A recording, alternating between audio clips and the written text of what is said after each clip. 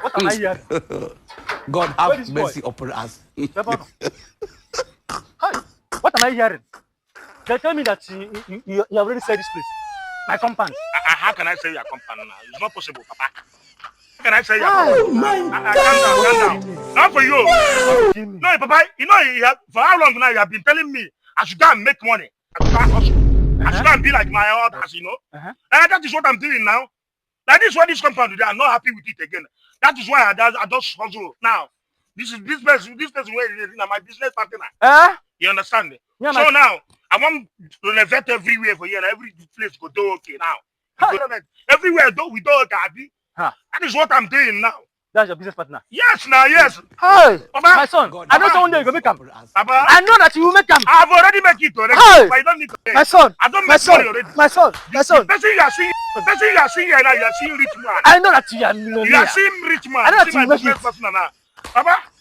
Papa? No, not too much of talk. Okay. But what I want to tell you now is that, Papa, from the look of things now, Papa, now, Papa, I don't say you. I see I already like the receipt now. Bros, this is the receipt. You know, everything now. Explain, give me. Everything now. Papa, I